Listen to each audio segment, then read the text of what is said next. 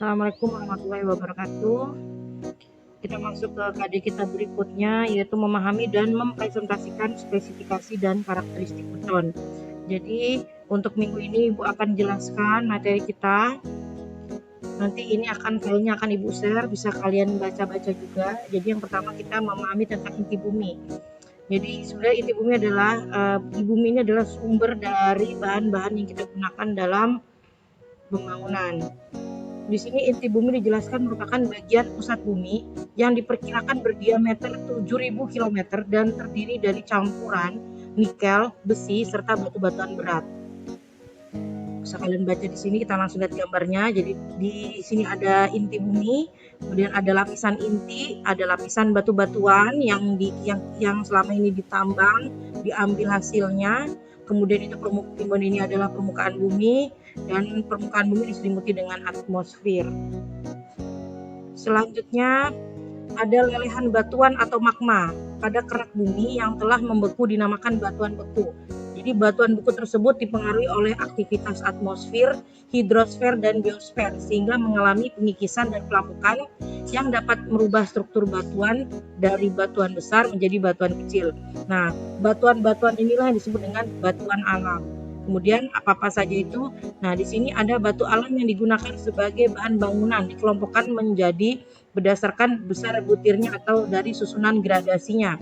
Yang pertama yang dikatakan pasir adalah yang berdiameter dari 0,06 mm sampai dengan 2 mm itu dikatakan pasir ya. Kemudian kerikil, yang dikatakan kerikil itu berdiameter 2 mm, jadi dari di atasnya pasir, dari di atas 2 mm sampai dengan 60 mm.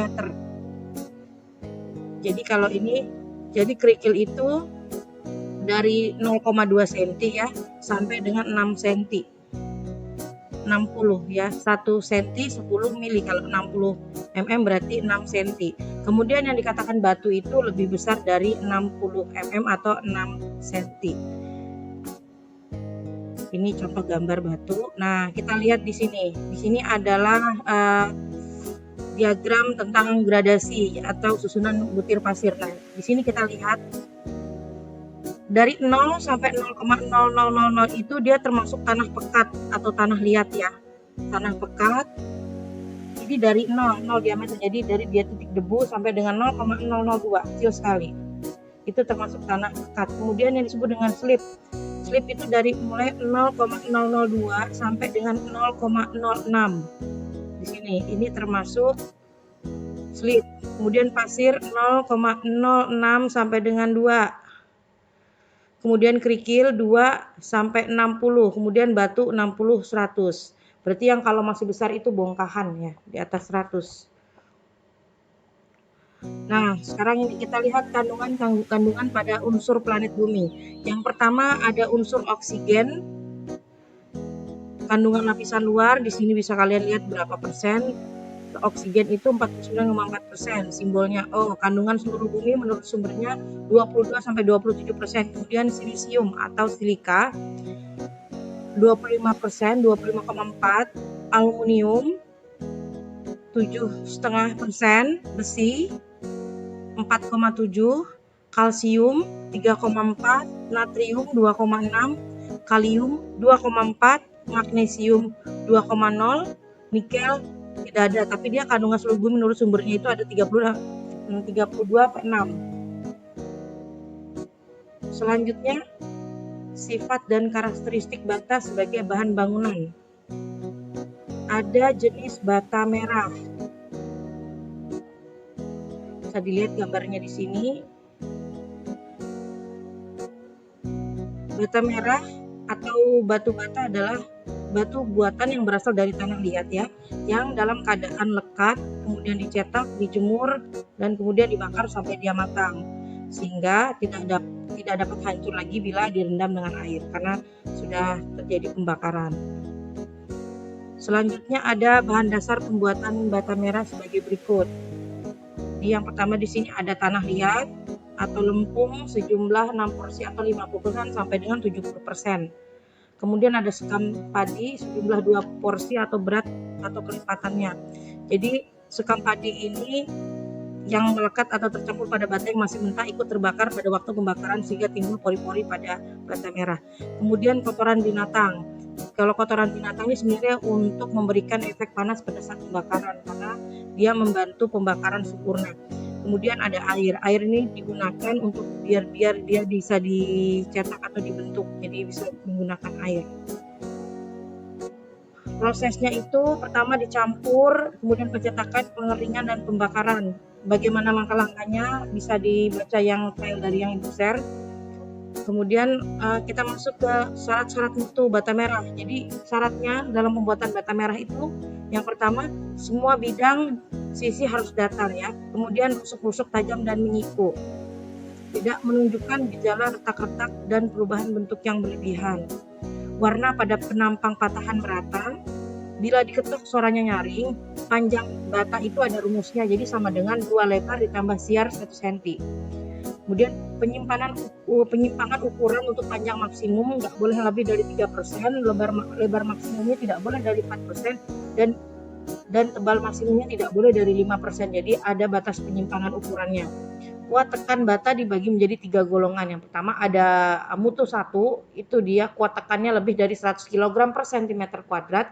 Kemudian ada tingkat 2, yaitu kuat tekannya rata-rata 100 sampai dengan jadi 80 sampai dengan 100 kg per cm pangkat kuadrat. Kemudian ada yang ketiga itu kuat tekannya 60 sampai 80 kg per cm kuadrat. Nah, kalau kalian mau tahu apa itu bidang sisi, rusuk di sini ada gambar syarat-syarat bata merah. Ini bidang sisi datar, ini yang dikatakan rusuknya harus tajam, menyiku, tidak terjadi gejala retak-retak, kemudian penampang patahan bila terjadi patahan dalam potongannya itu dengan warna yang rata. Jadi warnanya tidak tutul-tutul. Kalau warnanya itu tutul-tutul berarti itu terjadi pengadukan yang tidak merata sehingga warnanya tidak sama merah semua. Jadi ada putih, ada merah. Itu karena adukan yang tidak merata. Kemudian selain ada bata merah, ada juga batako atau bata beton.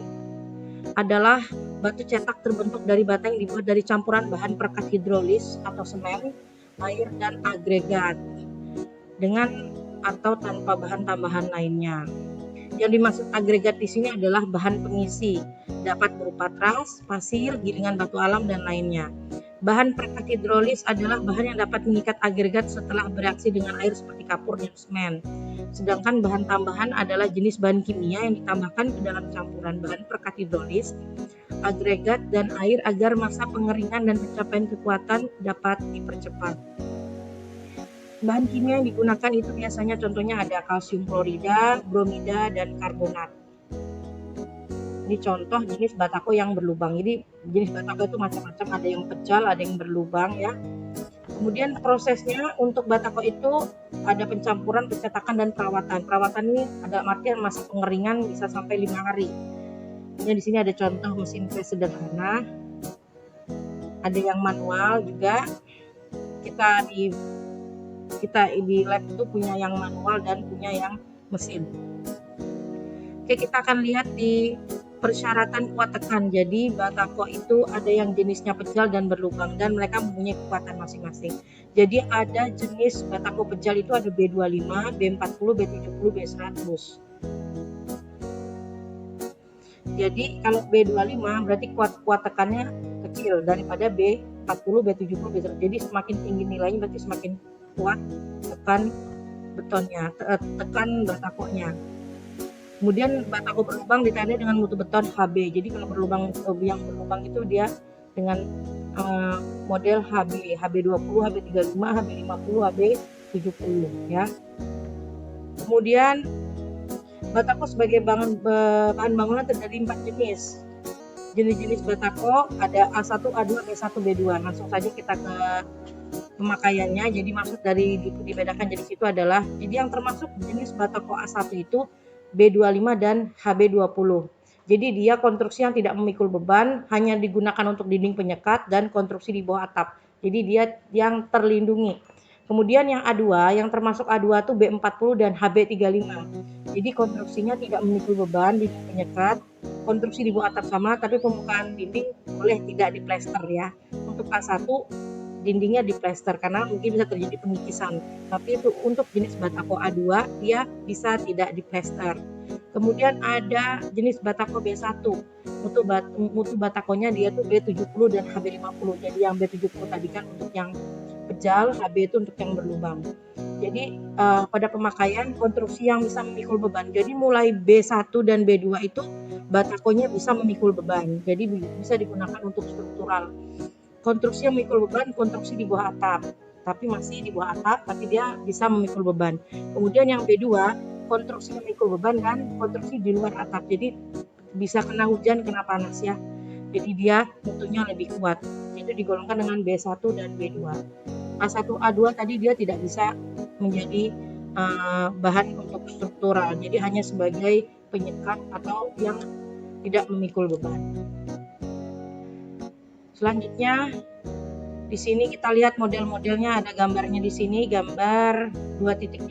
Nah, bisa kita lihat di sini ada yang modelnya A. Nah, A ini yang ukuran 20 20 40 dapat digunakan sebagai dinding pemikul. Di sini ada model B yaitu 20 20 40 digunakan sebagai bata penutup pada sudut pertemuan tembok. Kemudian ada yang C yang biasa sering digunakan ya, yang C, tipe yang C yang biasa sering digunakan, yang yang lebarnya 10 cm. Dapat digunakan sebagai dinding penyekat. Yang D dapat digunakan sebagai dinding penyekat juga. Bedanya di sini yang C dengan yang D di sini ada kuakan di pinggirnya ya. Dia biasanya di sini pengisi. Jadi pada saat pemasangan dinding batako dia diisi juga dengan semen atau bahan pengisinya, semen, pasir dan air.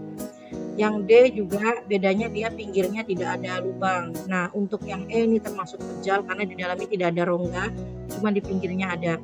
Kemudian yang terakhir ini namanya bataton atau bata beton. Jadi ukurannya kurang lebih sama dengan bata tapi dia terbuat dari semen, pasir dan air. Jadi disebut bataton.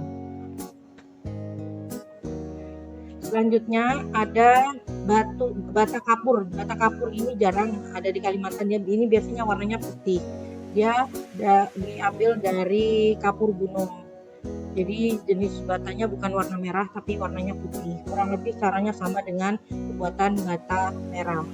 Kemudian ada bata hebel. Bata hebel ini sudah banyak sekali digunakan karena strukturnya yang ringan.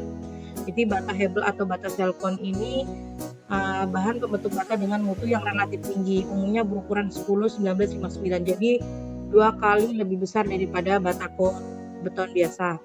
Jadi dia terbuat dari pasir silika. Bata jenis ini permukaannya tuh halus, rata, jadi nggak diplester pun nggak apa-apa. Dan ini juga termasuk bata dengan kekuatan tinggi. Batako dengan kekuatan tinggi atau disebut dengan bata hebel. Kemudian ada adukan spesi. Adukan spesi adalah adukan yang belum mengeras, yang terbuat dari campuran bahan perekat hidrolis, agregat halus, pasir, dan air. Adukan spesi berfungsi untuk mengikat batu-batuan termasuk bata pada konstruksi, serta untuk melapisi permukaan dinding dan lantai.